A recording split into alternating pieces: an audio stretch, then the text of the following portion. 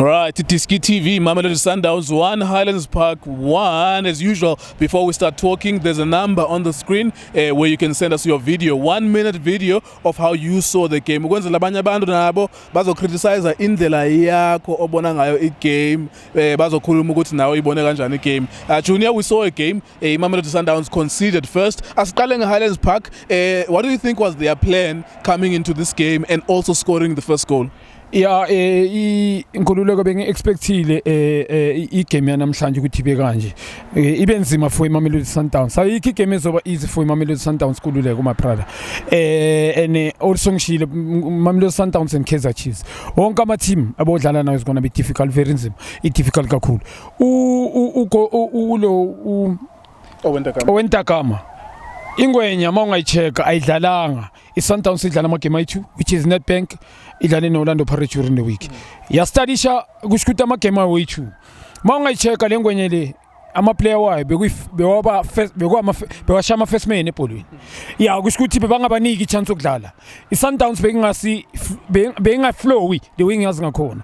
Kushukuthi namhlanje ngikhalile mawungamamela sekona khona la ungibuza ngiyangiunderstand ngithi kuwenkulu ukungibuza ukuthi Junior ubona kanjani iSundowns njengoba bayilida ngabanini kululeko iSundowns bengasiyiyo in terms of ukushare ibhola yabona once baqala nangakwazi ukushare ibhola nangabi na more than 5 touches a team like Sundowns esazi ukuthi iyalishare ibhola indlela ekora ngayo akusindlela ukusho ukuthi epredictable isindlela e1 badlala ngokunthrowa bese manisondela abandlali behind okanye banibreak either right or left or in the middle. Namhlanje beba struggle ukwenza kusho ukuthi ama touches even building at the back mawungacheka most of the time nasimento ngimazi ukuthi mangabe there's a hole uyalipush ibhola attack space so that mhlawumbe mangabe basondela adlali behind them okanye break mhlawumbe kube na somebody ovela emiddle. Hlompo number 1 I love uHlompo kakhulu but today mawungamcheka uHlompo bekwalanda too deep makadlala azidlaleze long ball libe nzima ukuthi bafike sengisho ukulisupporta ngoba akekho ibhola litravel quick inkululeko mawe support ibhola you need to be quick and mangabe ngoba namhlanje bekadlala noRicardo Khutse uRicardo Khutse udlala like uHlompo man uMr Msimangu I understand ukuthi uJali unamaphutha lawa mhlamba wenzile last time if I heard umchiti ukuthi kuke kaba ne hiccup nyana between yena ne coach you understand in terms of about discipline umfana disciplinary committee bekumele attend kululeko bamnili uandile mawungacheka kusho ukuthi before lockdown kusho ukuthi this COVID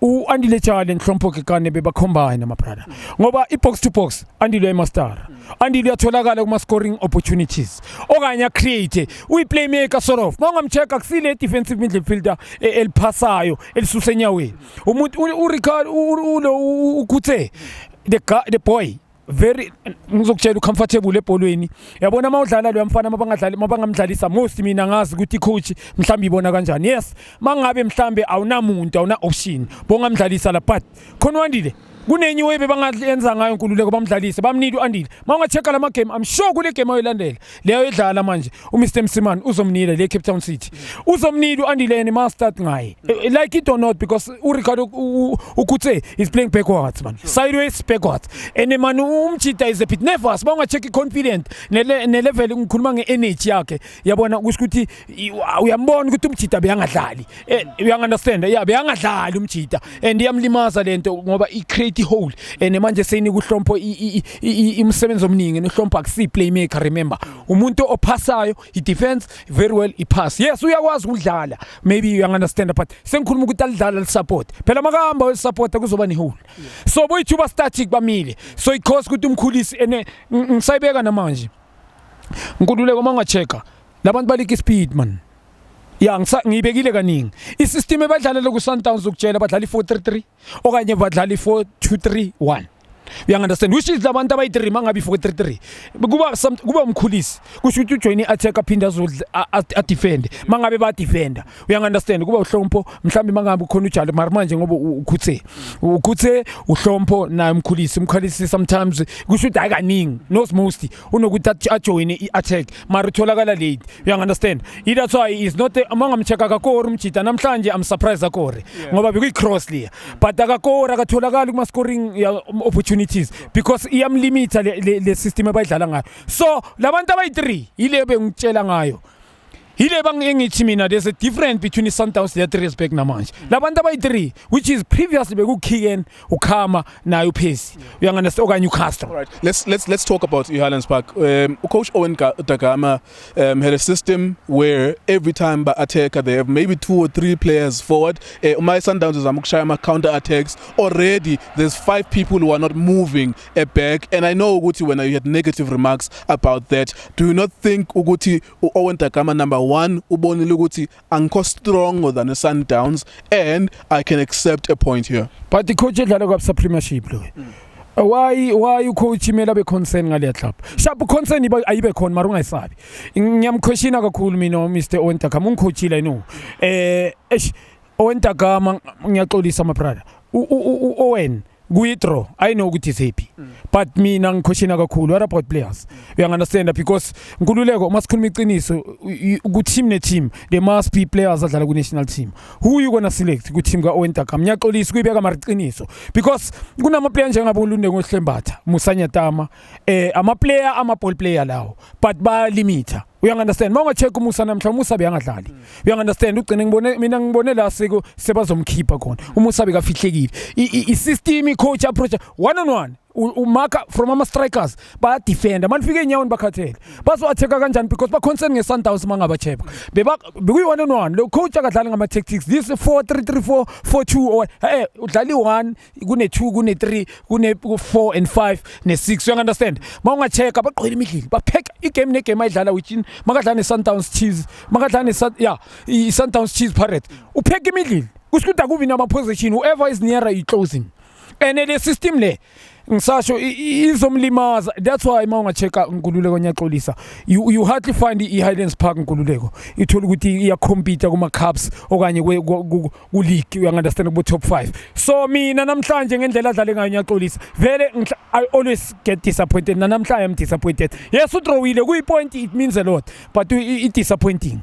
All right, let's have a look then at Picture League. I think one thing we must start doing now go acknowledge ukuthi number 1 Sundowns is not the same before he locked down. Remember, you were confident because it was based on a form yabo. Yeah, at some point, beguno 13 points between Ibona and the Chiefs. Bauvala kwa 4-point gap. Manje, we've seen them against the Bidvest. We've seen them against Orlando Pirates. Siyababona namhlanje against the Highlands Park. Sundowns don't look the same. Maybe they will pick up in future, angazi, but it doesn't look like they are a team that can be able to push its Chiefs. And I think it's as Zandlen the Kaiser Chiefs manje indaba ye title. Mina I have to tell the reality. Iqiniso angesifihle. Mamelodi Sundowns before lockdown. Nale Mamelodi Sundowns ala magame ayi2. Pirates, Bidvest, Pirates na namhlanje. Kushuta amagame ayi3. Yeah. For me disappointing. Mara it doesn't mean ukuthi angeke bayiwini league ngisasho namanje. Yes, truly speaking, Kaizer Chiefs sezandleni zabo reality. We need to tell the truth. Kaizer Chiefs in a chance manje. Ivari Nkululeko kumele sikhulume iqiniso bane chance abachita ngoba ngendlela kulama game ayi3 effect abadlala ngayi Sundowns unless bashintsha indlela ukwenza ezingisho ngithi you must come up ngeplan Mr Mtsima ngendlela ba-approach ngama game uyamnida uandile uyanida nabantu abazwenza izinto zenzeka lapha front because mawungacheka nabo Themba uThemba Zwane kulama game la ngimbukelile u3 ngiyaxolisa umchita mela lift up mela phakamise ngiyamthanda umchita Scott brain football ngiquestion ezinye zezinto zakhe but kulabantu kushuthi ngikhuluma ngeattack yakhe coach mayifuna kuyiwina le league njoba mina ngisupport ukuthi angayiwina kuzomela enze ngenye indlela iKaizer Chiefs ine chance reality yabona after seeing them especially kule game le abadlalanga wonke ama game compared to ngishilo kule game eSundowns nePirates bese ngicompare iChiefs lebe ngizitshela ukuthi mina they will never come ngale spark abaqale ngaso ngikhuluma yes ba consider reality mina ngifuna ukukhuluma ivari Nkululeko ba consider reality but ubonile energy they didn't play well but the energy Kaizer Chiefs benayo we understand and the Kaizer Chiefs I'm sure players except the coach abayeke coach abachita they must do it for themselves bele babaseleka after game namhlanje psychologically nenhliziyo yabo mele babaseleka ukuthi thina we gonna do it for ourselves it different abayeke ukuthi babuya kuphi nakuphi and stuff manje bane chance Sundowns is draw today bayitholile na during ba mess up abachita kusasa badlala against it's not gonna be easy nakubo badlala against iPhulukwane City team elole relegation you understand and Kaizer iphuluka ukhumbula iKaizer Chiefs without ama fans ba struggle ne Sundowns to is again inkululeko uyibonile lento engikhuluma ngayo Mamelodi Sundowns today again mawungayicheka lamathi nayi Kaizer Chiefs ngiyibonile uzongibamba nayo izoba nayo but yilo ukuthi ama supporters ngoba iplayer number 12 ama supporter kulama team adlala irole enkulu but ama player mala baseleke kule game yakusasa whether iphulukwane City ilwele relegation or what Kaizer Chiefs they must know ukuthi Champions League bona bayifuna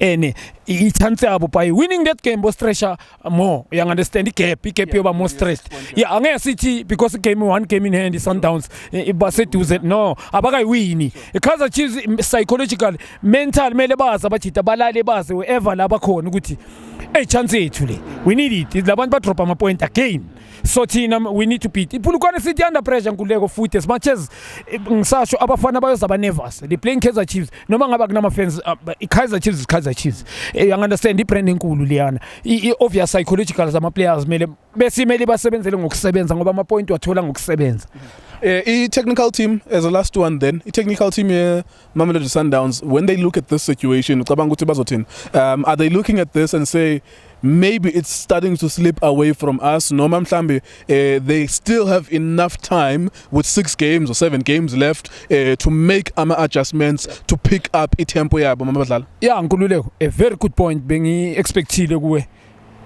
kuno Biste Pitso Msimanda lapho kuno Manqoba Mnqithi kuno Rulani Mkwena lengwenya lezi very knowledgeable in terms ukutshelile ngathi team is strong technically but they will come up with a plan yiko ngokutshela ngithi angibadoubt ukuthi they can win it again except igame namhlanje ngikhuluma nge-technical team I'm sure Mr Msimani will come up with a plan you understand and Manqoba Mnqithi as well ngikhuluma nge-input yakhe uRulani bazoza neplan ukuthi yazini we need to come up nge-plan i-strategy lesisisebenzisayo for now asisebenzi sa-approachile mawungachecka ngisasho nama mini advice for them I think bayilahlile nalaphakathi la yabona laphakathi bayilahlile enkuleko ngisasho ngisho phakathi kwa Ricardo no Hlompo yes uHlompo I'm happy with uHlompo uRicardo is a bit ngisasho confident is a bit nervous man and uye kumele kube playmaker le yantwana zokushaya ngoba igama layo uRivaldo uRivaldo man uRivaldo Khutse I'm sorry yabona Rivaldo Khutse I'm a bit yabona ngiyamthanda umjida but kule situation abayifacile manje